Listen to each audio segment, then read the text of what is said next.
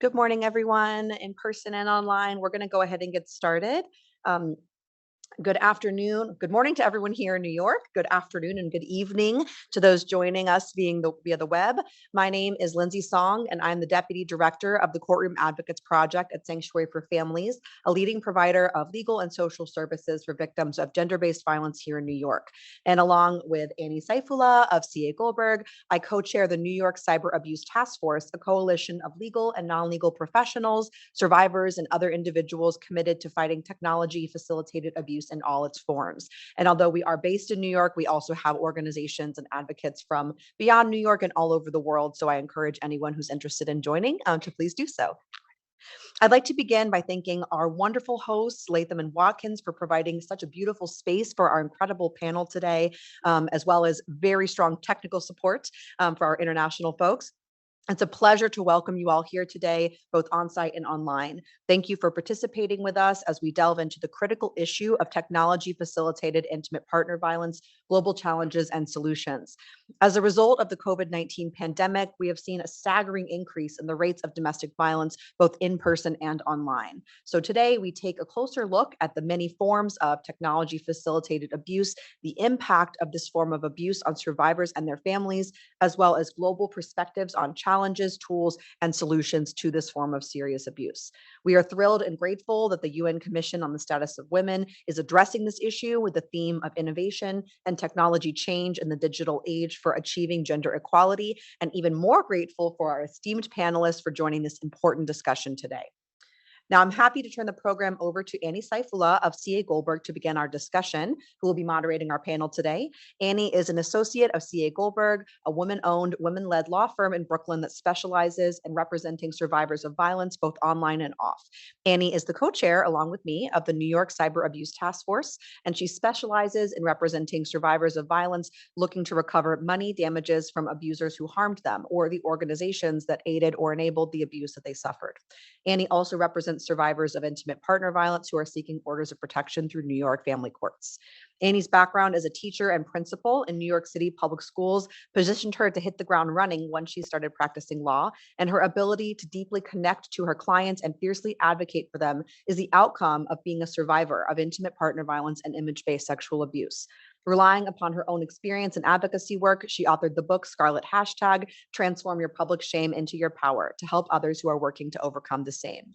You can find more about Annie, as well as all of our panelists, on the landing pages of this event through Sanctuary's website and the Whova application. So Annie, turning it over to you. Wow. I need to carry Lindsay around with me in my pocket and just pull her out every time I'm feeling bad about myself. This was incredible. I also am so honored to be here. My name's Annie Saifullah. I work for a law firm in New York City called CA Goldberg. And I am just so delighted to be part of this panel today. I have moderated a lot of panels, but this is the first time I am helping to curate a conversation with two folks appearing in other countries virtually and one appearing next to me. I will do my best and ask for patience and grace as we kind of work through this incredible format. I wanted to start the conversation today by saying I was really, again, honored to be asked to be part of this conversation today because I am a survivor of technology facilitated violence. You can read all about that if you want to, but as Lindsay mentioned, I used to be a school principal and I was leaving an abusive relationship, and my ex-partner disclosed my private photos to the local tabloid newspapers, to my boss. I lost my job. I fought back in court, and Carrie Goldberg, who is my boss now, was my lawyer at the time.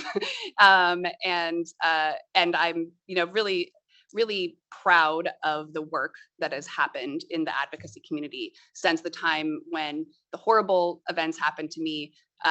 The change, which was only 9 years ago, the change in the landscape in terms of protection for victims is exponentially better. We still have room. We still have a lot of room to go, but I just want to acknowledge that so many people who are here and are part of this panel were part of the work that I benefited from as a survivor. And so again, just being part of this really is like a full circle moment. I just want to take a moment for our panelists to introduce themselves. Just tell us who you are, what your organization does, who you serve, anything else you want to share with the group, we can just take about a minute each. Hera, do you want to start us off?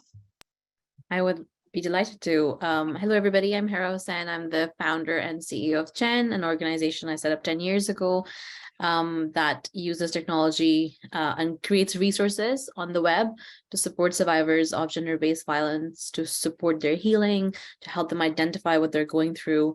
Our resources are all online, free, and in 14 languages. So really supporting survivors across borders.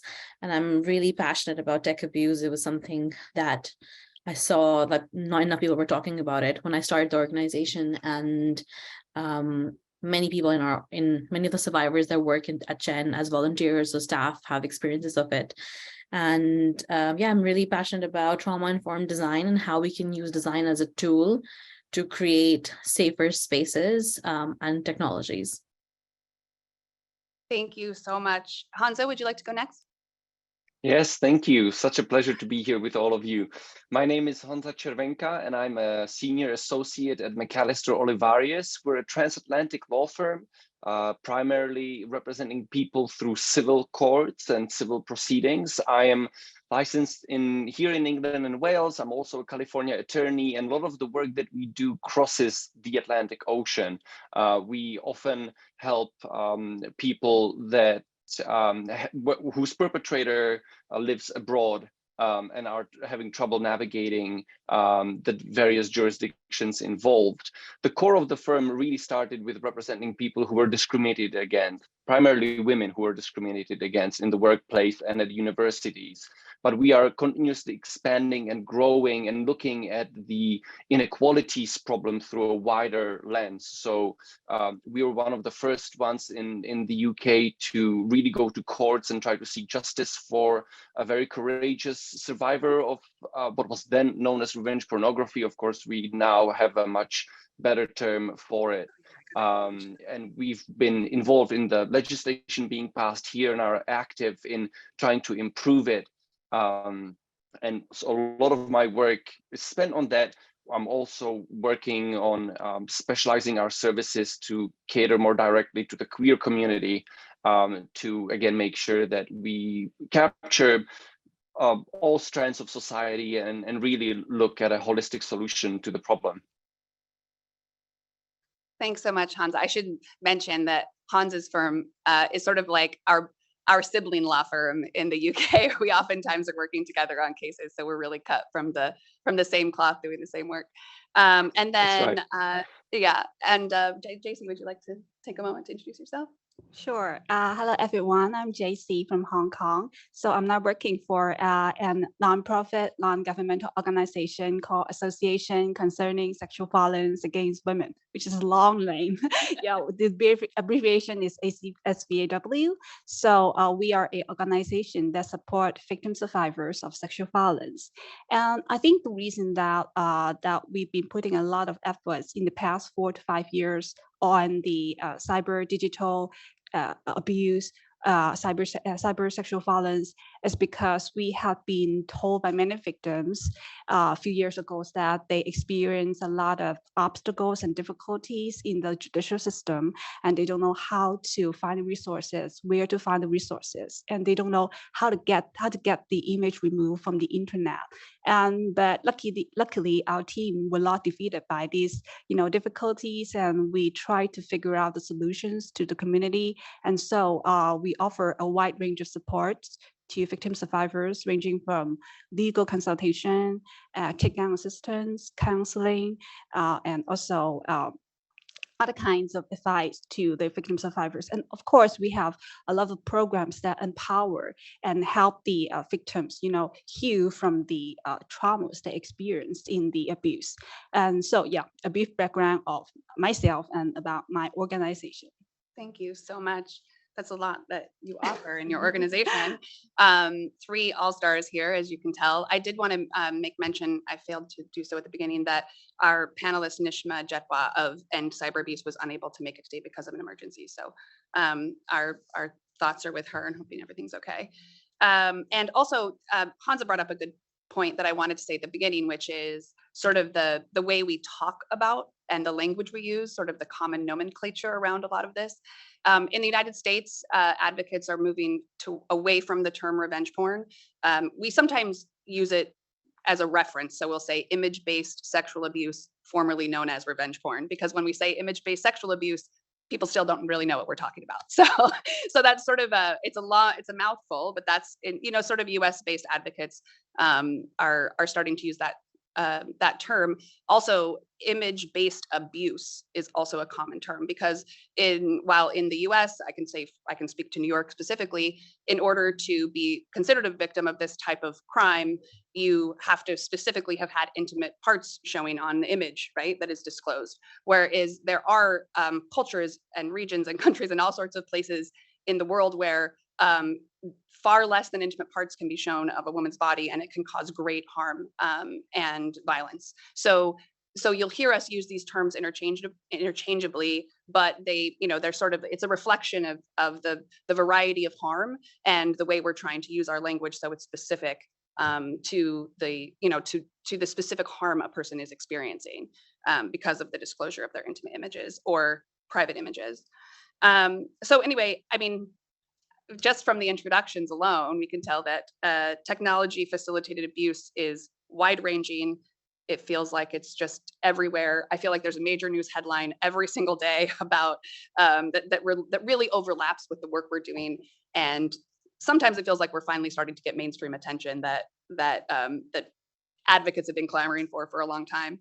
But we, oh yes, I was going to say that in my practice, we do orders of protection in family court, and technology facilitated abuse is implicated in nearly all of these cases. So it's just become sort of part and parcel of gender-based violence when we're talking about gender-based violence. So my question to all of my esteemed friends here is, what types of technology facilitated abuse are you all seeing in your areas of advocacy or your region of the world? And I'll just start with JC, and then we'll go to Hera and Hansa. Well, apparently, I mean, all sorts of cyber sexual abuse are found in Asia, in Hong Kong. I mean, it's a global phenomenon, and Hong Kong or Asia is not so much different from other places. And I think that, but one thing that I want to point out is, because in the past, in terms of sexual violence, we normally understand, or we get to know that the abusers are usually the intimate partners or someone they know. But in terms of cybersexual violence, we have seen or witnessed a different pattern, which is sometimes they don't know the abusers. What it means that, for example, when they see their intimate contents being posted on internet, they have no clues about who have posted the image. And some of them were even, taken with consent. But someday they found on the post on social media that, oh my God, it's my image. And who is the one that behind the social media account? I mean, they have no clues about it. And worse still, there were criminal organizations that are, making use of cyber abuse or sextortion on dating app that blackmail the persons to, have money or and by threatening them to distribute their images to their schoolmates, to their workmates, so on and so forth. And in Asia, I have to say that in particularly, I want to highlight the sextortion that were done by the criminal organizations, that those people, they are hired by some criminal gangs organizations, and they, pretend themselves to be an attractive woman, but they were men indeed. And then they will, lure or engage with the chatters and ask them to, do some sexual activity in front of their webcam, and they capture them without their knowledge. And then they use the intimate contents to blackmail and for money. Most of them are for money. And these criminal organizations are not just based in one country. I mean, they're spread in a lot of Asian countries like Thailand, Cambodia, Philippines, etc., etc. So I think it's an emerging trend that are so much to do with the cryptocurrency, the money transfer companies, and also ill-equipped governance in some countries. The reason that I pointed out this phenomenon is, I guess that cybersexual abuse or cyber abuse is not a country's problem. I mean, it's a global problem, and it must be the solutions must not be be solved by one country only. It's a phenomenon that require our collective solutions. And so yeah, I think that's what I want to say about this cyber tech abuse and cyber sexual violence. Thank you. We're going to definitely come back to touch on a few really important points you brought, which is the uniquely harmful tech abuse that comes in when it intersects with intimate partner violence, right? When one determined abusive person uses tech to attack a former partner or current partner, and then the sextortion and the blackmail, right? Those are ones we're going to come back and touch upon. Hera, can you add your perspective on this? Regarding the Absolutely. types of harms you're seeing in your work in region, to remind us of the question. So Chen works across the globe, and we particularly have a big audience of either women of color that are based in the global north, or women that are based in the global south.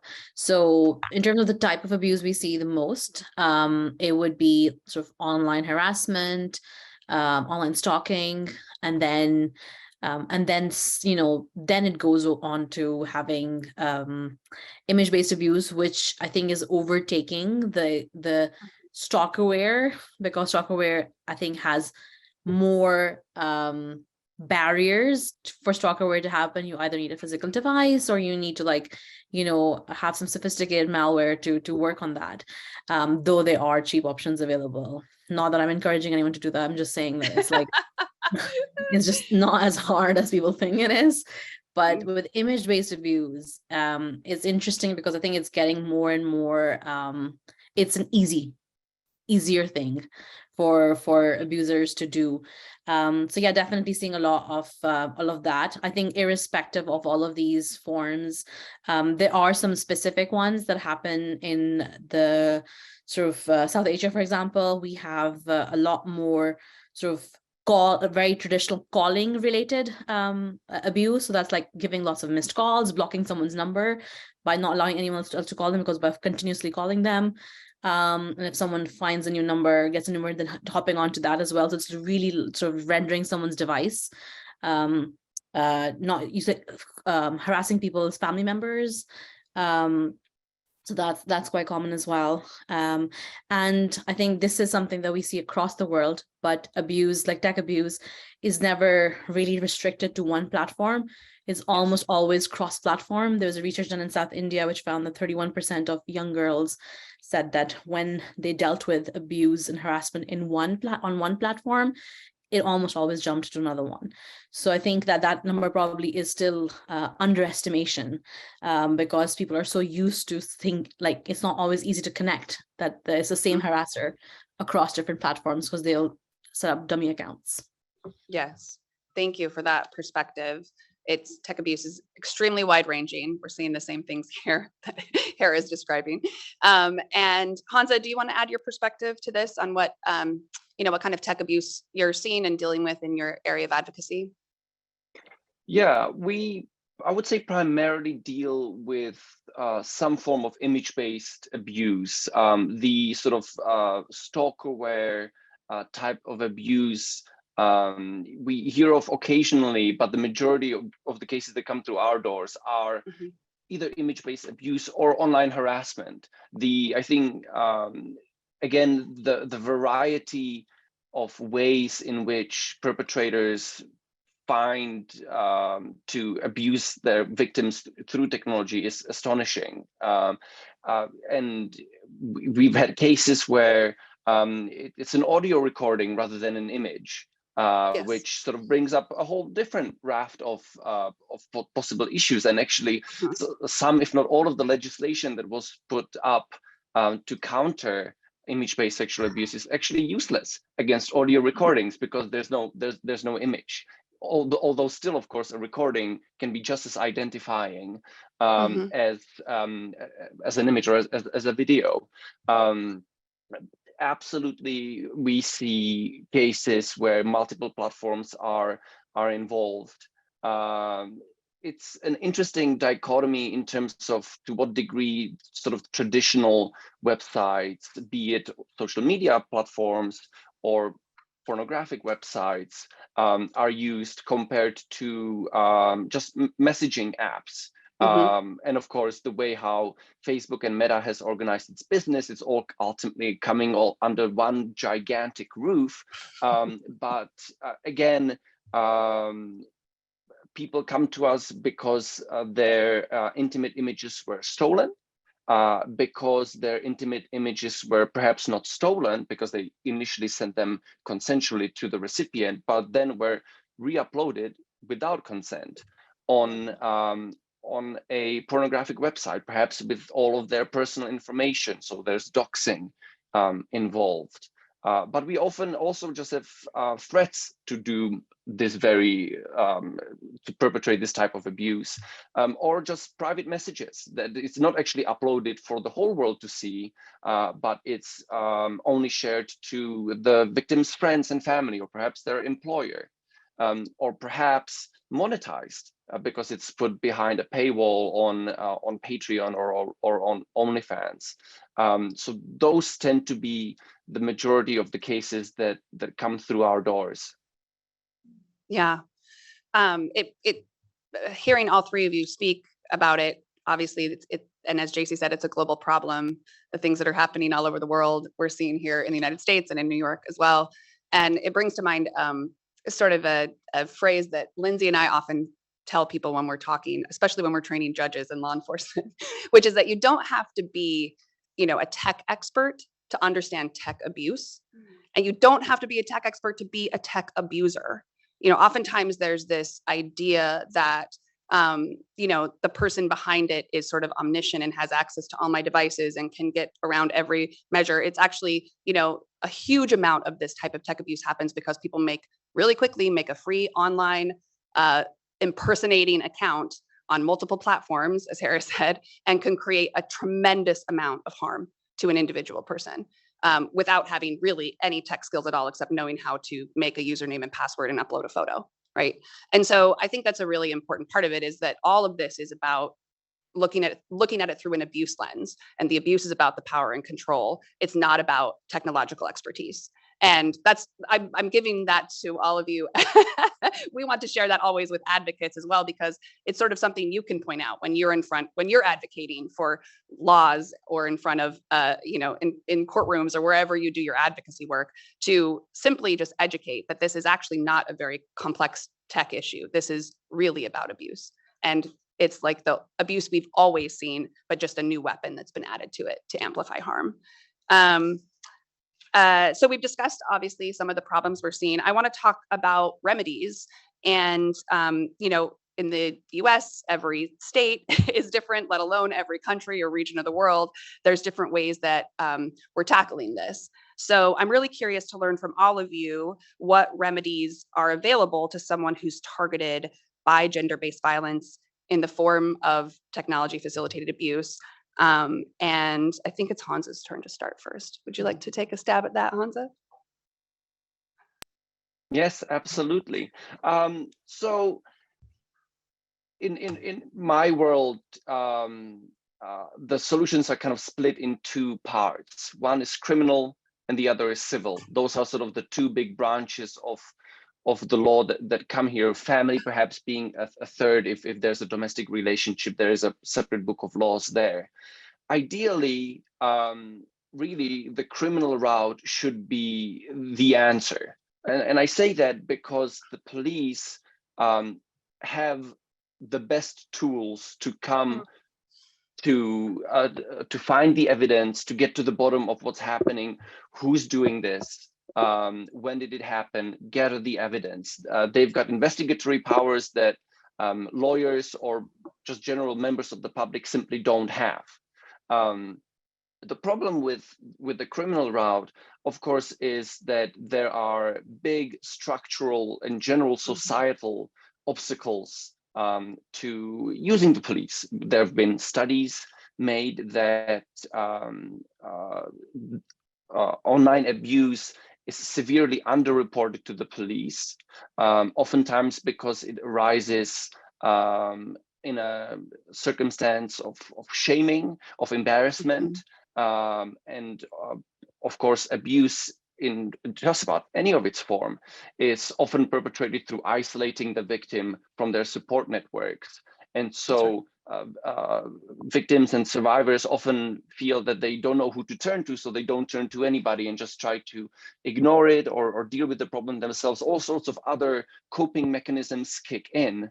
But going to the authorities is not the case as often as I think our society, the way it's set up, the role the police are supposed to play, would want to see. A big problem with going to the police too is that in many countries there isn't a guaranteed right of anonymity. And so if a person's personal information was already leaked to the internet, if say their ex-partner posted an intimate image of them with their name, address, employer details, and the people who this happened to, their first instinct is try to take it down, remove it, contain the problem. That is very difficult in the age of the internet. But if they're in the middle of trying to get rid of this content, the last thing they will want to do is go to the police, put their name on it, and ultimately end up possibly in court without the right to be anonymous. And so that and many other reasons often make the criminal route not ideal to pursue. And so we step in to provide an alternative, and that is to use the civil law to try to get them to a similar sense of justice. In the UK and in most of the states in the US, there isn't a specific statute or law on the books that gives people the right to have a statutory civil cause of action, to be able to go to civil court and just point to a paragraph and say, this is why I deserve justice. And instead, we need to use various other laws, often torts, to try to arrive at a good outcome. In some cases, there may be a defamation angle. Perhaps there is something patently false in the content that is being uploaded. Again, problem with uploading an image or a video, as long as it hasn't been doctored, it may be a breach of privacy. It may be intimate and it may have been uploaded without the victim's consent, but strictly speaking, there's perhaps nothing false about it. It is in fact depicting what happened. That's so right. Defamation often falls away, and then we're left with a hodgepodge of other torts, such as breach of confidence or misuse of private information. That's a cause of action that's available here in the UK. And here in the UK, we're actually quite fortunate too to have a law on the books called Protection from Harassment. And the great thing about that law is that it doesn't really define harassment or limit it. In the States, oftentimes in the employment area, we run into problems where somebody is obviously harassing, but unless that harassment is caused, or underpinned by the victim's gender or race, it isn't necessarily unlawful. In the UK, as long as it's an unwelcome conduct that rises to a level of being criminal, it doesn't matter whether it is motivated by discrimination, and it's still unlawful. But there are problems with the civil route as well. The cost of pursuing such a claim can be high. The ability to gather evidence is limited compared to what the police can do, as I mentioned earlier. And if the claim fails, in some jurisdictions, unfortunately, England and Wales included, the loser has to pay the winner and has to pay for their lawyer's fees. And so that can also act as a deterrent to pursuing justice in civil court. So it's not an easy task. Sometimes what we do is send a cease and desist letter, take sort of the route of least resistance to begin with, and if the perpetrator is ultimately a reasonable person or has some sort of idea of what they did actually being problematic and possibly exposing them to criminal liability, perhaps they stop, try to undo it, cooperate, and bring some sort of an informal closure. But what we see more and more often are people who perpetrate image-based abuse under the protection of the internet, so to speak, the idea that what happens online doesn't really count, which isn't true legally. The idea that you can be anonymous on the internet, which again isn't quite true, although if you know what you're doing, you can sure make it pretty hard for law enforcement or lawyers to find out who you are. So there are a number of options that we see in the legal field, but none of them is perfect.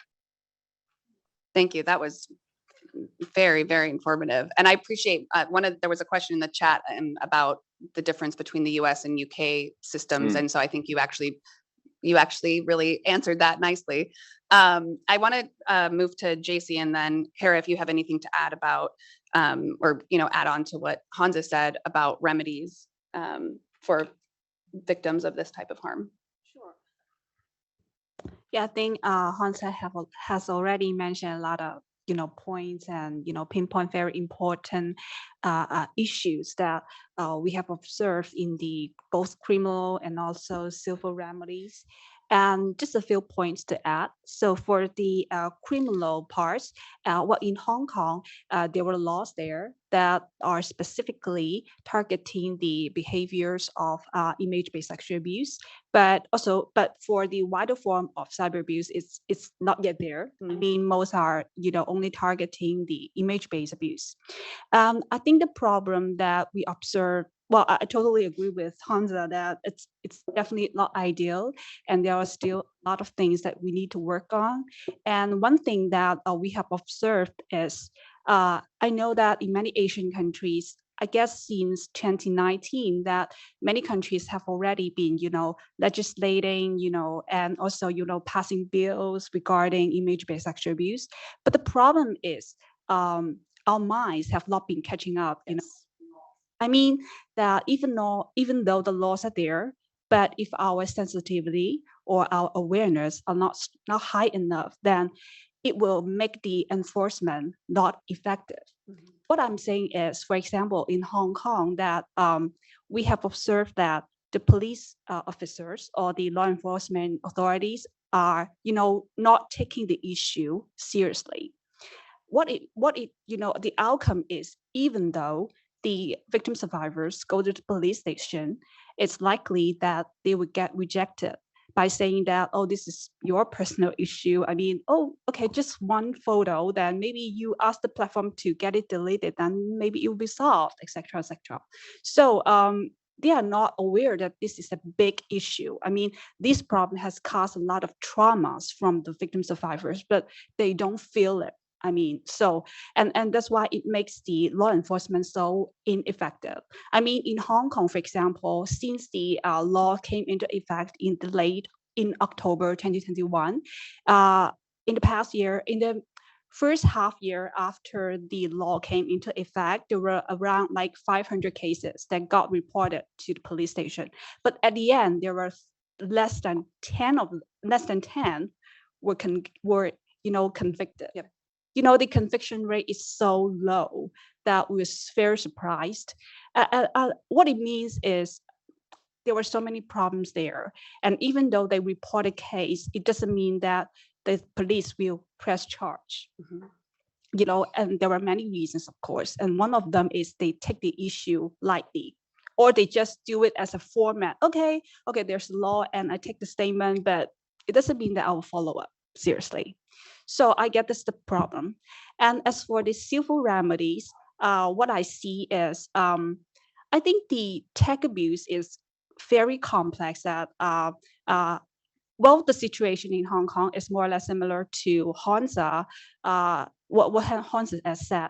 So basically, we use various, course of action, the existing courses of action to do the seek compensation or to seek the justice, such as the tort of harassment, tort of breach of confidence, etc. And there's also injunctive relief. Yes. Yeah, injunctive relief that prevents someone from further circulating or further, distributing the contents. But the problem is, for tech abuse, there have already been so many people downloading photos and circulating the photos. And how can you stop the netizens on the internet community from stop distributing? I mean, it's so difficult. Yeah. And how can you issue those injunctive relief to those people online? There were massive of people have already had those photos. So that's the difficulty, and that's the challenge that we face in cybersexual abuse. Yeah, really, really important points. Hera, would you like to add anything to this about remedies for survivors? I'll just be quick and talk about things that may not have been covered. So I think that for many of the cases that we don't really help survivors with their legal sort of options. So we support them through their emotional journey. And many people don't want to go to the police or go through the legal route because it kind of means for many, it seems like it's like rubbing it in people's faces what's happened to them. So like even more people will now know what's happening. And it means like, the legal costs and like all that stuff. And then very similar to rape cases, it's about like getting your reputation dragged through the mud, all that victim blaming that was done by like less people now is being done.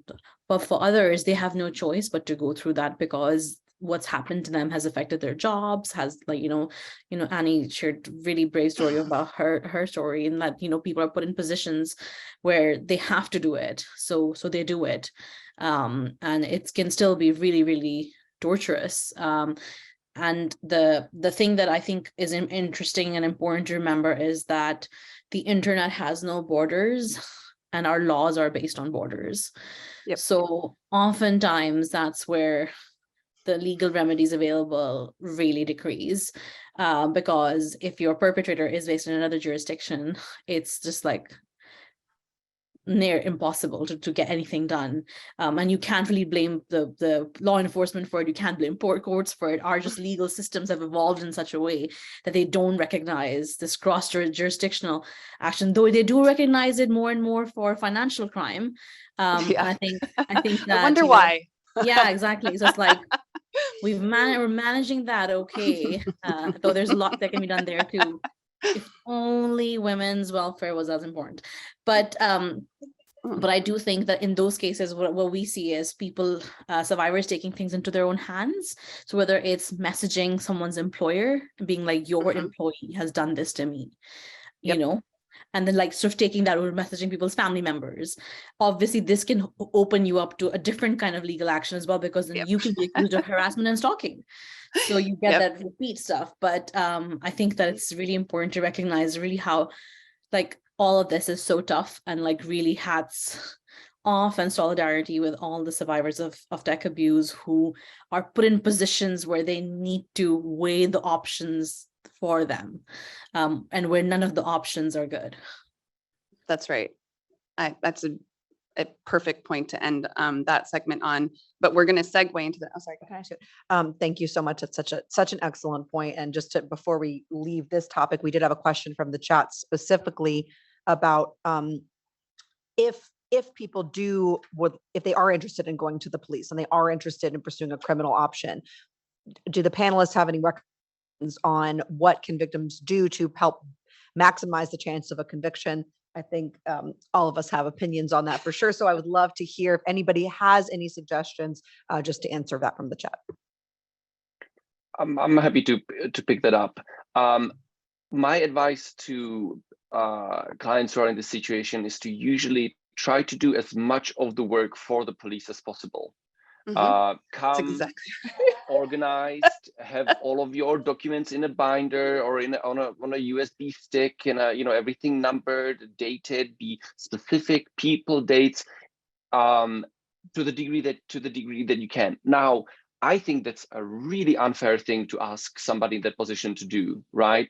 Yep. The amount of work, the amount of engagement with a traumatic episode that this requires is just absolutely unfair to put on the victim. And so we, of course, can step in and help with that, or other organizations can do that to help out. But that, in my experience, is the only tool that is within the survivor's control to try to maximize their chances. Then I think once they go to the police station, ideally, if there is a specialist unit that either deals with sexual crimes or with online crimes, that's great. But in my experience, a lot of police stations or even entire forces either don't have those, or they're kind of disproportionately focused on financial online crimes and money laundering rather than this segment of technology facilitated abuse. And there's, in my experience, just an unbelievably strong element of luck that is involved. And it pains me to say that be it in the UK or in the US, modern, Western, rich countries, that ultimately whether or not a person can realistically achieve justice is dependent on luck. But that's what I fear so often this situation boils down to. There are plenty of police officers who get it, who understand the problem, try to help. There are plenty that don't. And it's unfortunately a luck of the draw as to who picks up the file, how much time they have, how well resourced they are. And then, of course, it's just going to the police, never mind then the DA's office picking it up for actual prosecution, or here in the UK, the CPS. And so the stages involved are huge. And the underpinning principle of criminal law is that really it's not you as a victim bringing a case against the perpetrator. It's the police on your behalf, but really on the society's behalf at large, right? It's people versus X. Mm-hmm. Or here in the UK, it's always the king or the queen versus somebody else when it's a criminal matter, which is largely symbolic. But what it means is that the victim isn't necessarily in the driving seat. And so not only do they kind of need to drive the vehicle to begin with, so the police actually do their bit, but then once it actually gathers speed, they're removed from the steering wheel and a bystander. So that can have difficulties in its own right. That's right. Ahira or JC, do you have anything to add about this issue? Just totally agree that keep the evidence, keep the evidence. Yep. But yeah, I mean, but from the in reality, the situation is when we work with or supporting victim survivors, they have a lot of emotions, when they are thinking about whether I should go to report, or even if they choose to report a case, they still face a lot of struggles, back and forth. And so I guess while they keep the evidence, sometimes we advise them that you could keep in the place that you seldom open the file. What I mean is, for example, you keep the evidence, but because for their mental health, it is not that good that they will always see those conversations, those chats on the on WhatsApp or on the messaging apps, because they need to screenshot those evidence. But so I advise them that maybe you could keep in the file that you seldom open. Then that will make you emotionally better. That you don't have to that will not make you recall those traumas and memories. And so these are some of the little tips that we also give to the survivors, that while they going through the judicial processes, they also need to have to self-care. Yes, absolutely. I mean, it's something that talked about oftentimes the lawmakers and decision makers and law enforcement, which is every time you ask a victim to go back and revisit the evidence, you're asking them to revisit a crime scene. You're asking them to revisit their trauma. And one of the biggest obstacles we oftentimes face with actual survivors we're trying to help through is just literally sitting down to organize the screenshots. It's extremely stressful, and so when, as Hansa points out, that we're putting together these investigation files essentially to hand over, so hopefully to get a better outcome for our survivor that we're advocating for, that putting that burden on them is very, very big, and to be aware of that. It's not a small ask. I wanted to see if Hera had any. Hera, did you have anything you wanted to add to this? Okay, sounds good. I think we might have had one question from the audience. I can bring over the microphone. Hold on.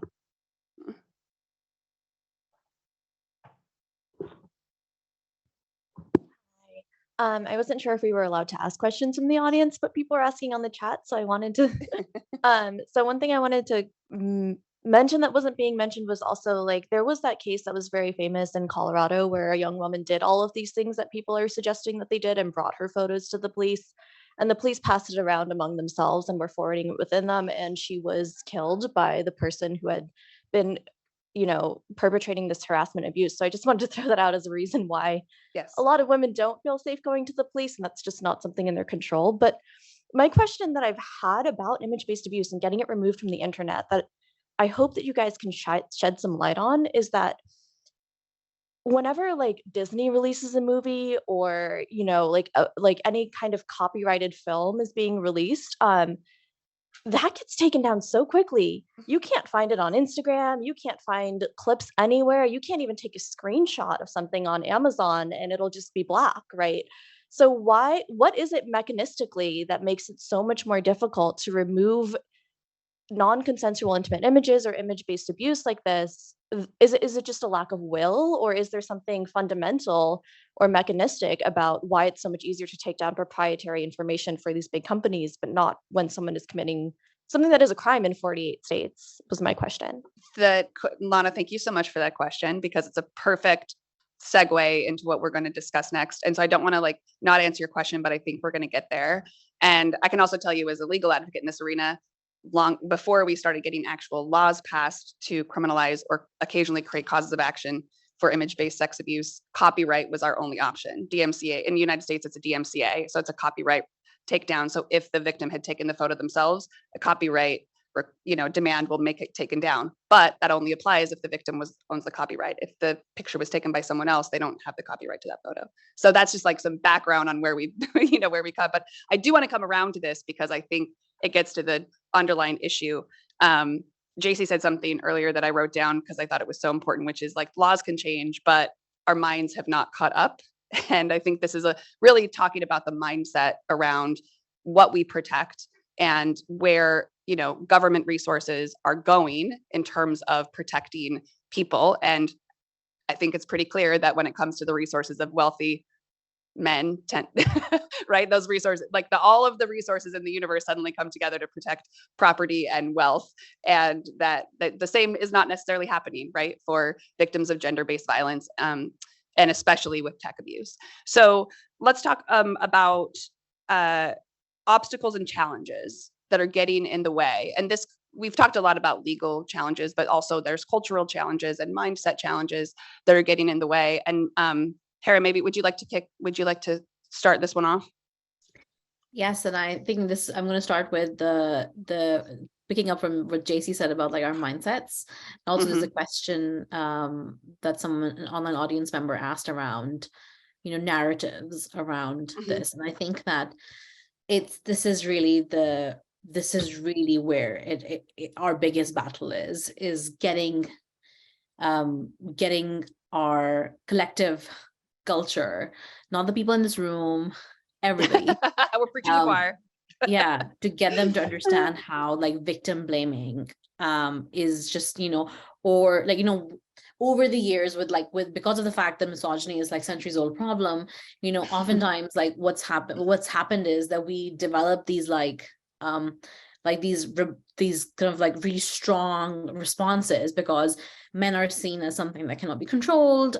So therefore women should control because someone has to do something. And it's a great survival tactic. But as a society that has managed to, build skyscrapers and have this like really expansive online spaces, we can absolutely, move past that to be like, this is not someone's fault. This is also why the terminology of revenge porn is so harmful, because it alludes to the fact that something might have been created for pornographic use, which it might not have. Also, Annie discussed the idea of intimate images. Jen really like the definition of intimate image for Jen and for many of our peers who work across different cultures. It doesn't need to have nudity, and laws like in the United States, for example, require partial or full nudity for it to be an intimate image, which I think is a really old-fashioned way of looking at it, right? So I think it's like the way we talk about this has to really, really change. It is just all the rape myths are just, this is part of the rape culture. There's nothing different here. The only thing that's different is now people are like, well, why don't you go offline then? Or why don't you just like, why did you take pictures, like at all? And this is why I think that the focus has to be on, on why someone did that and the harm it's created rather than what that thing was. So I think in the way we talk about it as well, we have to really, really always focus on someone did this with intent to harm someone. And even if they think that intent was not there, because this is a huge problem in like legal cases, the harm is there. So like, what are we doing about the harm? I think the tech companies have a lot of role to play in here. The question that just got asked, I can touch on that briefly. The fact that, the lack of will in tech companies is absolutely a huge issue. It has improved a lot. I will say it has improved a lot. Same thing with governments. I really see a change. I'm an optimist and I see change and I see that people are taking this seriously. But an example that really shows the starkness of this like issue is Pornhub. Pornhub had been asked by many survivors where videos and pictures of child abuse was being uploaded, and Pornhub would not take it down. Not even like irrespective of whether like the how distraught the survivor was, what the age of the survivor was, they would not take it down. The only reason Pornhub changed its policy was when it's like MasterCard and Visa, I think it was just MasterCard, said we will not process payments on Pornhub if you don't take down any video that is not verified. And verified means exactly who, like you verify who has taken it, and there's like they look at things like consent of people inside it. And so when that happened, 80% of Pornhub videos had to be taken down. Pornhub, the world's biggest website, take all your ethical considerations about porn aside, that is a huge financial loss for Pornhub. And it did that. It took that step because it hurt them in their where the money is. So, the fact that people's rape videos were on there was not a problem for them, but not making money was. So that is a big issue. This is also why tech companies are now taking action. They're taking action because all of the work that survivors and advocates have done over the years with governments, through campaigning, has finally landed the point that if they don't do something about it, this is only increasing. They're not able to stop it because it's a social problem, but they're able to have control over their platforms. And if they're not going to, they will be held responsible for it, both through EU legislation, what's been happening in the US, Australia, and now in the UK with the online safety bill. There is a real, I think, very slow, and I would say somewhat ineffective, but still there is a change in the wind. And I think they understand that. So now they're doing something. I also would like to ask about this anti-screenshotting technology, because actually I love posting memes, and I would love to post memes on Netflix, but now I cannot take any screenshot. And anti-screenshotting technology on many platforms is not as sophisticated. So it obviously exists. Why it's not applied? I would also like to ask that question. If there's anyone knows the answer in the audience, please do explain. But there are good examples of companies doing things. So things are definitely changing. They're safer platforms for sexting that are popping up. So I think it's actually like safety by design is a growing discipline. And Yeah. trust and safety in tech companies is also a growing sort of trend in terms of hiring. So all of these things give me hope that these challenges that we've been facing are like we're getting somewhere, but like on the back of so many tears and pain and lost lives. Yeah. Whew. Thank you so much. That was really informative and a lot to take in. Before I wanted to open up to Hans or JC about obstacles and challenges that you see. I mean, I think Kara really nailed it when we're talking about these are the rape myths, you know, the victim blaming, all of the things that we have all experienced and seen literally for centuries around victim blaming. But is there anything else that you've seen? Just a little bit add on the rape culture, because we've been, our organization is definitely the one who is dedicated to fight against rape culture over the years. I mean, in terms of cyber sexual violence or cyber abuse, do you know who is reinforcing the rape culture? I mean, in terms of the abuse, it's not just two parties, the abusers and the victims, but also there's a huge bunch of people on internet community who are viewing, circulating, make comments on the non-consensual internet images. Yeah. And so their comments are reinforcing the rape culture by blaming the victims, by making misogynist comments on them, by slut shaming them. Yep. And so this is the big part we have to tackle in terms of cyber abuse. So, and that's why in our education, we've been telling people that it is not just the abuser who discloses the image has responsibility.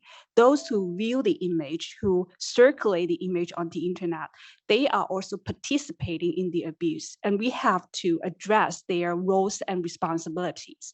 And therefore, I think, and in response to the question from the lady that about the role of tech companies, I mean, what their role is to educate or provide an environment that the users on their internet platform should not post those abusive contents.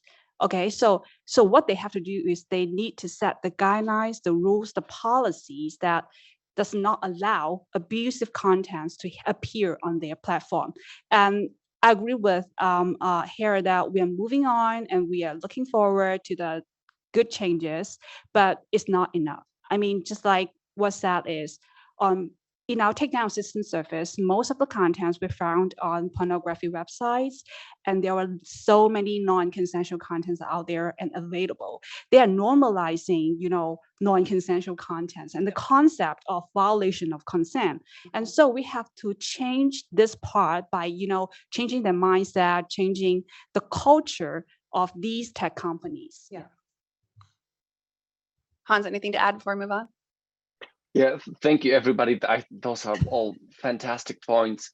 I think, to me, this all just kind of also boils down to this whole societal idea of shame that surrounds sex, our sex lives, porn. We don't really talk about porn. We don't really talk about sex much, or I think not as much as we should. Consensual sex, of course, and non-consensual. But there's this idea of, and when it happens, there's always shame surrounded. Yeah, and victim blaming, I think comes from that too. This idea, oh God, if everybody knows what X was doing in bed, if there's a video, there are rumors, there's shame, and we see that really clearly, particularly with the LGBTQ+ community, that through completely different sources has been used to shame, right? This segregation, not welcoming them, and the struggles that queer people experience. And so, and what we see here is that the data shows that the queer folks are actually at much higher risk of becoming victims of technology facilitated abuse, because of course if kids are already seeing being gay, lesbian, trans as something shameful, something different, something to be made fun of, something to be ridiculed. And then here along comes image-based sexual abuse, which is really just a mass shaming tool if deployed to its full potential. And so this really comes hand in hand, and it's a particularly serious issue for trans people. There was a study here in the UK in 2018 that found that 1 in 4 trans people were subject to domestic violence by their partner, and for trans men that was actually even higher. And so that really brings us to an interesting intersectional place, I think, where we look at how society, patriarchal, capitalist society that we certainly have in this part of the world, if not everywhere, treats women, how it treats women who transition, and how it treats the queer community in general. And so I think we obviously need legal reform, we need education reform, but generally I think we just need to free ourselves. And I don't know if it comes from the Catholic Church or Victorian England, all of these big forces that throughout history have spread Puritanism and social norms that were never really fit for purpose, but certainly aren't fit for purpose now, and that are still dominating a lot of the assumptions and the starting points for discourse, so that when a conversation around image-based sexual abuse or online harassment begins, it often, not in this context, but in general, takes so long to even just get to a place of common understanding where everybody kind of understands that a lot of the initial reactions that we have are actually victim blaming. Not that necessarily people, not that everybody wants to blame victims, but just the society that so many of us grow up in is structured along these lines, and it actually takes conscious effort and work to move past that and actually have a proper, unbiased conversation. That's right. And I think a big part of our obligation as advocates, since I know I'm in a virtual room full of friends and allies, is to really point out the hypocrisy of that victim blaming. Something Lindsay and I often say is like, we have, and even in New York where it's illegal, we still have judges or law enforcement who say to us, well, if she didn't want those photos out there, she shouldn't have taken it in the first place. And so something we often say is in the kindest voice we can say it without breathing fire, is that even if you find nude photos personally distasteful, it is a misstatement of the law to say that if she took it, she deserves to have it distributed, right? It is just a misstatement of the law. And there's all sorts of areas of the world where we understand, areas of law, areas of our lives where we understand that consent in one context is not equal consent in another. For example, you go to your doctor, you go to your therapist, you share all sorts of private information. If your doctor tweeted out your medical file, nobody would say, well, that's what you get for going to the doctor. People would say, that's a terrible doctor, right? And so that's the sort of shift we want to make, which is rather than saying, why did she take that photo, say, why would someone do such a cruel thing that is out there forever and that would irreparably and forever harm someone's life? And we encourage everyone to, find the way that language works for you and say it as often as you can, because it is actually effective in terms of shifting mindset. And I'm really glad that Hansa brought us to this issue of intersectionality, because just like, we often say there's no such thing as offline. The online world and the harms of the online world reflect what is happening in the physical world, right? And so if you are part of a vulnerable and marginalized community where all of those intersections happen, it's playing out online, either proportionally or sometimes even exponentially more. And so we did gather some statistics from folks who are participating today, and I just wanted to share a few in Australia of some studies that we found about what's going on with tech abuse now that people are really taking a look and at the harm. This one blows my mind. According to a 2017 study of over 4,000 Australians, 1 in 10 have been a victim of image-based sexual abuse. And again, people of color are disproportionately represented, with 1 in 5 reporting that a sexually explicit photo or video of them had been sent without their consent. And a study out of Malaysia, which covered, I think, 5 Asian countries, concluded that 50% of respondents had experienced one form of online harassment in their life, with women experiencing online sexual harassment at least twice as often as men.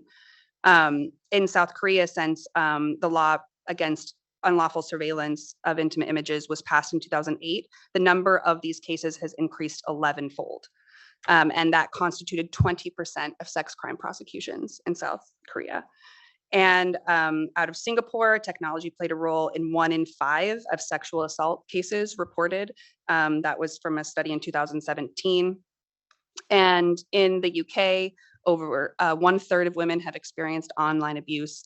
And again, as Hansa said, we find that when you enter into the LGBT community, that is amplified, depending on the country you're in, anywhere from 3 to 10 times. So that's just a little bit about the, the landscape that we're finding. We all know to be true, but it is really playing out as we look at the hard numbers. I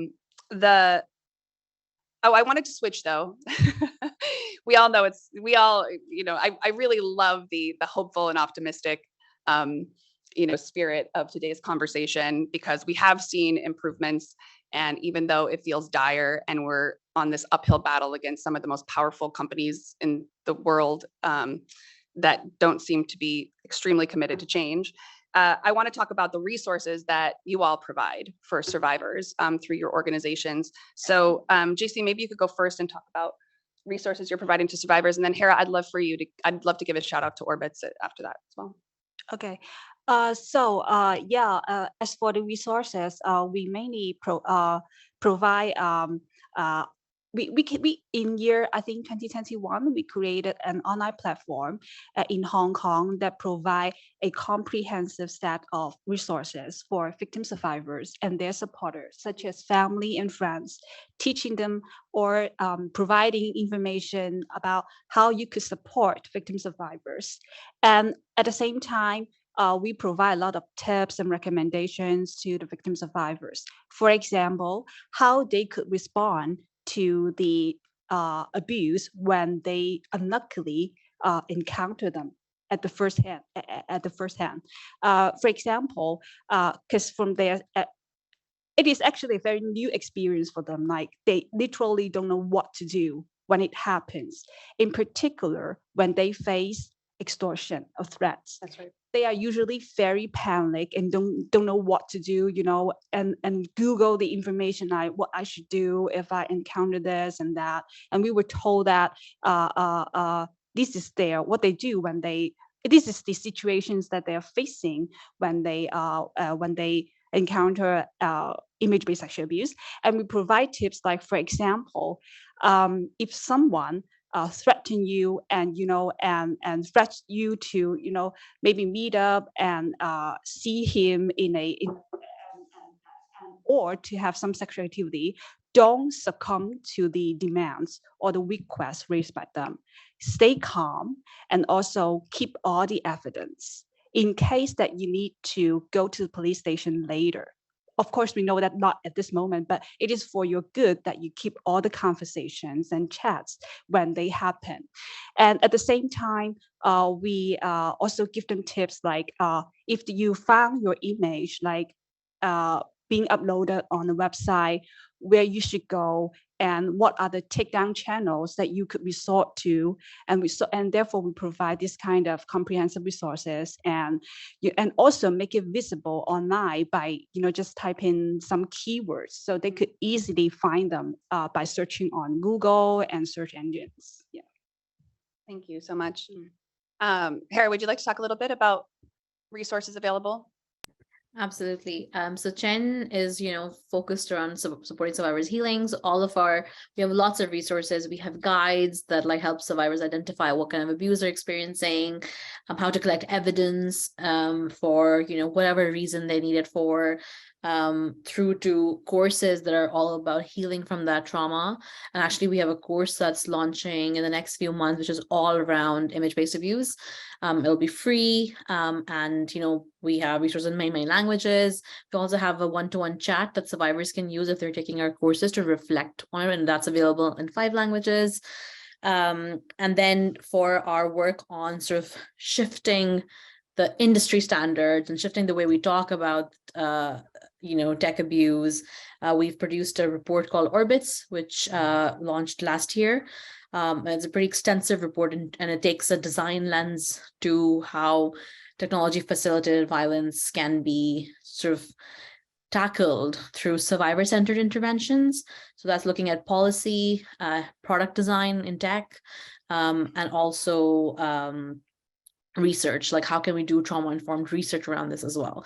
So that's a great resource for anyone who actually works on this or wants to know how to work better in this space. We also are about to launch a series of training programs for any advocates that have secondary trauma, because I think sometimes we forget to talk about that too when we're working against like these like mammoths, whether those are governments or powerful abusers or these tech companies that say that they're like available, but then they're really not. It can really grind us down. So it's a reflective sort of training program that's all around secondary trauma and vicarious trauma. So yeah, please have a look at the website. Everything's there, and reach out. Yeah, Orbits is one of my favorite. I rely on in my work and refer to. So I encourage everyone to take a look. I have one question in the chat as well about resources being emailed or provided on a slide, and we can certainly send a blast out to those who listed attending on the event. We do have a lot of information available on the HUVA site and also Sanctuary for Families landing page, but I'll make sure to link out to Chain's amazing website and the association's website and information to make sure that everybody can access all of those fantastic resources that, again, I just want to give a shout out to all of the global work that our partners are doing and that we rely on here as well. And they're all available in a variety of languages and culturally sensitive and survivor-centered resources. So we'll definitely make sure that everybody gets that. Thanks, Lindsay. That's great.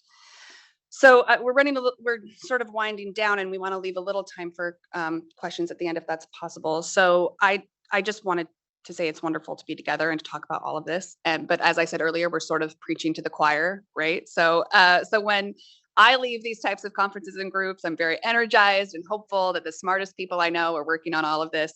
And then we go out into the world, and immediately someone we love says something to us that we realize that not everyone knows and cares about what a big deal tech abuse is.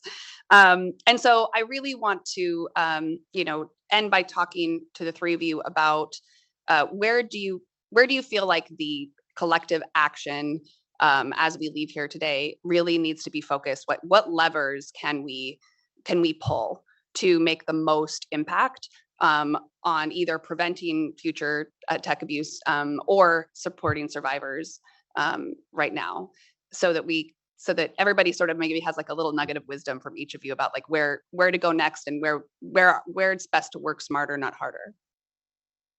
And go ahead first, Jessie. Okay. Why don't you go? Okay.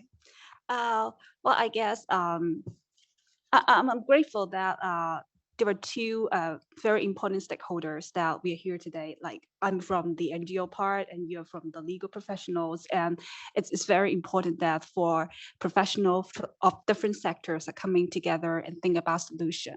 Mhm. But I still hope that what I'm thinking is another very key stakeholders is tech company, that we should put them pressure, give them pressure or ask them or demand them to take actions, because this is the big part that we need to work on maybe in the future years. And we had once, a little bit experience that we share is we had approached like Internet Society and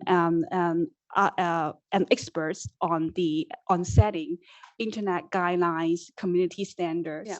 We had met them, and we were very surprised that they have put a lot of focus on setting up guidelines and policies regarding child sexual abuse.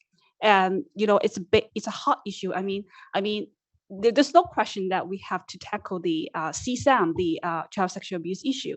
But at the same time, we realize that in their sector, there's a little awareness that they have also to tackle non-consensual intimate image of adults. I mean, this is the part that they don't have much awareness, and apparently this is the part that we need to work on, to meet with them, to tell them how serious the problem is and what actions that they need to take among the tech companies to think about the solutions to address the NCII problems in the on the internet platforms. Yeah, and I guess maybe we could have some kind of petition or write letters to some big tech company, web hosting company, to ask them, to request them to take action, set policies, set guidelines, set up the takedown mechanism. Yeah. So great. Hansa, would you like to add on to that, and then we'll end with Hera on what are the levers you think we need to be pulling on this issue?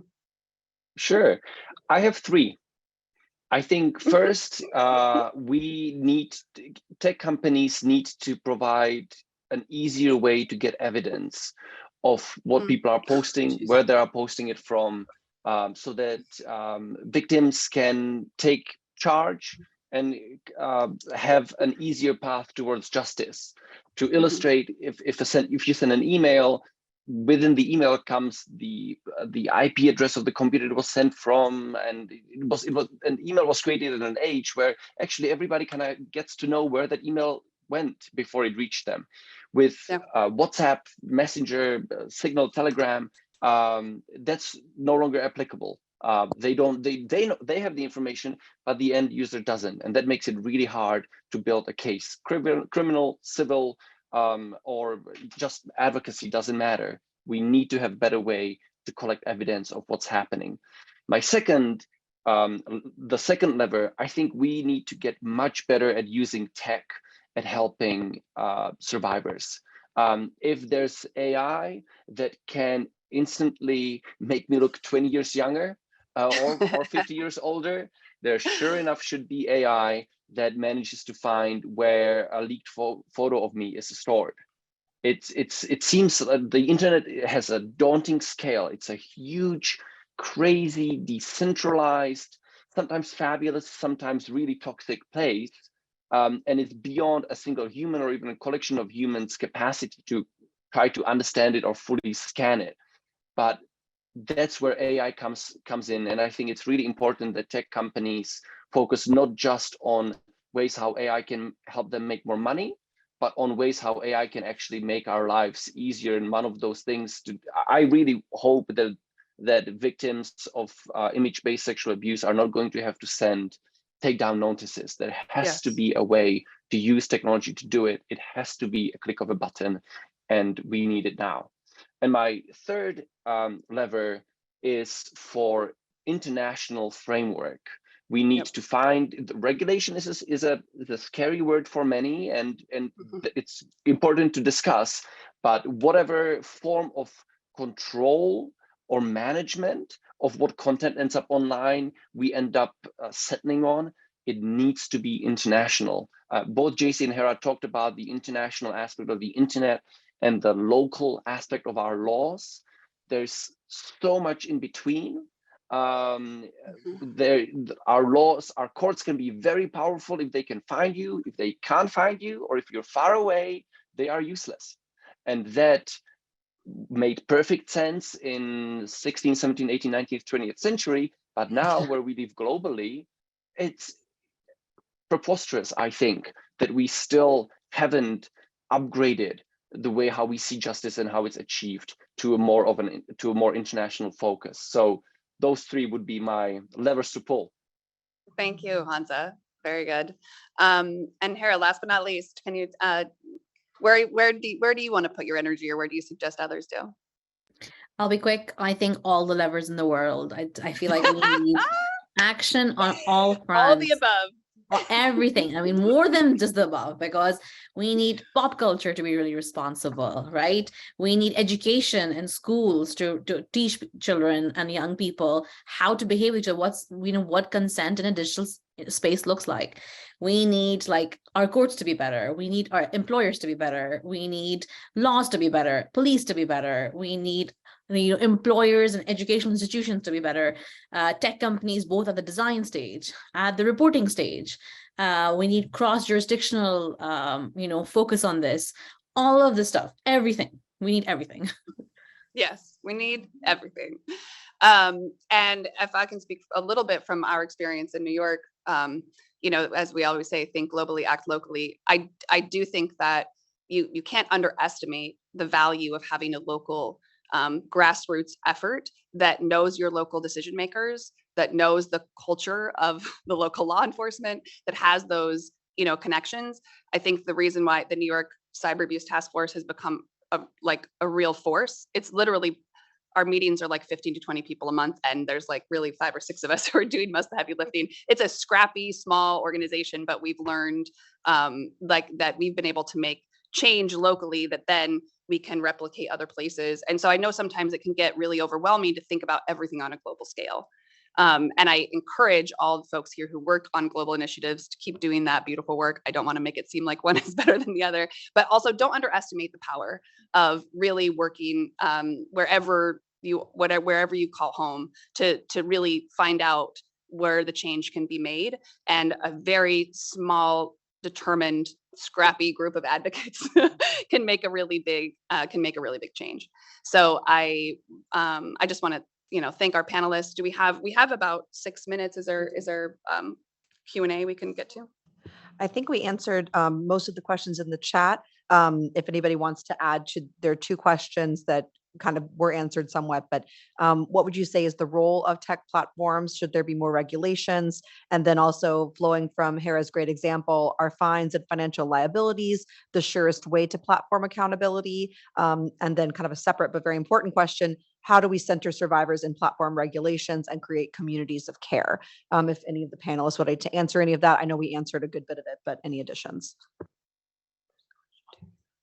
And we'll get to the in-person question in a moment. I think regarding regulation and whether money is the way, it shouldn't. It feels wrong to say that it is the way, but since because we're dealing with humans and human emotions and traumas, and money just feels almost crass to see that as a vehicle for change.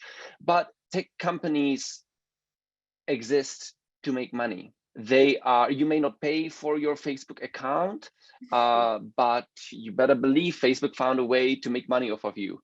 And so it's sure they're about building community and connecting people, of course. At the end of the day, do they have semi-annual meetings on how they made people come closer together, or do they have semi-annual meetings on how much money they made and whether their shareholders are happy or not? I think it's primarily the latter. So I think regulation and financial penalties are absolutely the language that they speak, and the language that should be in our arsenal to deploy. Corporations can't really be sent to jail. Sometimes if something really bad happens, directors can. And so criminal law can be a bit less powerful with companies than with individuals. So I think unless we completely rebuild our society and move away from everything boiling down to money, which I would like to see, but until that happens, I think money is going to be the language. Yeah. Do we have a question in the audience? I'm just going to take it over. Oh, you got it, Vincent. Okay. Hi. Oh, I think there's one back there too. But, Yeah. okay.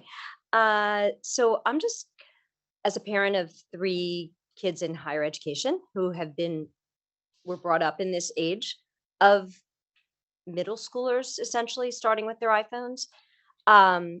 I know there was a, we briefly touched on education, but it's critical. And also from my generation, where we were brought up with MAD, Mothers Against Drunk Driving. They changed the conversation completely in this country. And these kids know not to, they have assigned drivers, whatever it is. I'm just saying, in the 80s, the 90s, same thing with Scared Straight. There were programs that were really shockers, that where images were shown to children and it was effective. So in my opinion, this stuff needs to start in middle school. Microsoft, Apple, Google, they have no problem going into the middle schools and providing tech. It may be guarded tech, but why aren't they supporting education for these kids so they know from, literally 5th grade, 6th grade, all the way up. And then taking that further, obviously in high school, there needs to be a big discussion on this, because these kids are going into college where there's still not a big discussion on the tech aspect of abuse, in my opinion. I mean, just because I have 3 kids there right now, which is partially why I came to this event today, to understand what to say to my girls who are in college. Like, this is remarkable. And I think the tech companies have no problem spending tons of money on college campuses to get these kids involved in sponsor events, et cetera, et cetera. Why don't they take their money and, not just enforcement, but the reverse, use their money to teach these kids what's going on and how to prevent it?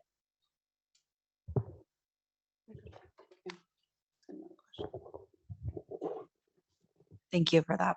We have another question as well that I want to get to because we have 1 minute left. So Hi, thank you so much, and thank you to everyone for the event today. I wanted to ask in regards specifically to Hera. My question was in regards to design and creating safe spaces, considering how artificial intelligence has now become emerging form of creating violence without using actual sexual-based images. And there's actually victims currently being affected by this without that. So my question would be, how do you see design being a tool that has also the power to be a weapon, but can create safe spaces? Did you hear that, Hera? Yeah.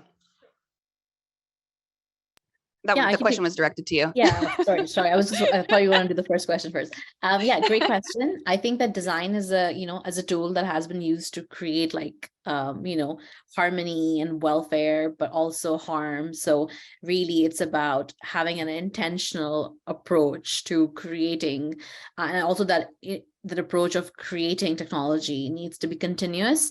There's this mantra in tech, which is like, you're continuously shipping, you're continuously improving.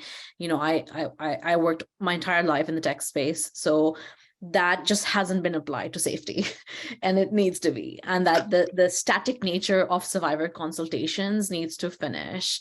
It needs to be less focus groups, and it needs to be more about like embedding survivors from a very diverse set of experiences, as well as stakeholders like the organizations you have here today, being involved in that all throughout the process. So these companies have trust and safety councils, yet they have they're under NDAs, for example. You don't really know what goes on in them, and they don't really have much power. So I think the best example we have of oversight is from Meta, which has an oversight board, which at least has some transparent. It has actually it's very transparent in what it does, and whether Meta follows their decisions or not, you can track everything. Whereas with other platforms, there's nothing that can be tracked. So the way the design discipline, and especially in product design, I've worked a lot with product designers and user researchers, and I think that there's a really good space for them to understand the power that they hold, and also for senior executives to understand how design creates culture on platforms. Yes. Oh, shoot. Oh, no. I think we might have lost Hera, but we're actually out of time. So I think such a fantastic way to end is. Oh, Hera, go ahead. You froze. Just very quickly, I was like, tech companies should not be, I don't want tech companies paying for going into schools and colleges, but I would love them to fund better initiatives. And what they should be doing is using that money to make their platform safer and improving the culture that exists on their platforms. Thank you. Perfect. Yeah, it's fine. It's fine with me. We're taking. All right, I know we're running a few minutes over time, so I understand if either of our panelists have to jump up, but we do have another question in the audience if everyone will indulge. Just a quick comment, which is we are talking about the power of tech, and tech is very male heavy. So I feel that another lever is to try to get more girls involved in tech and being software engineers and being in the technology, because they're going to change it. Mhm. I love that. Thank you. It's such a nice way to end our discussion on these other levers to pull, which are really upstream, right? Which is consent education, funded by the people who caused the harm. I agree with Hera, not designed by them, but they can donate money or their fines can go towards it. Consent education upstream, and also design education, and getting the right people so that the folks who are creating this tech reflect the actual world in which it's existing in the commerce stream. So thank you, everyone. Such an incredible discussion. I love you all. That's for you, Hans. Thank you, everybody.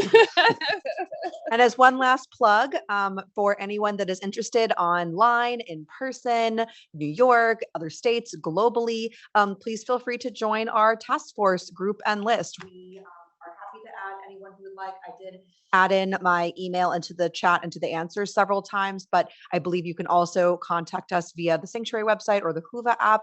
So please feel free to reach out. And thank you everyone for taking the time today to discuss this important issue. And we welcome facing these challenges all together. So thanks to everyone. Thank you.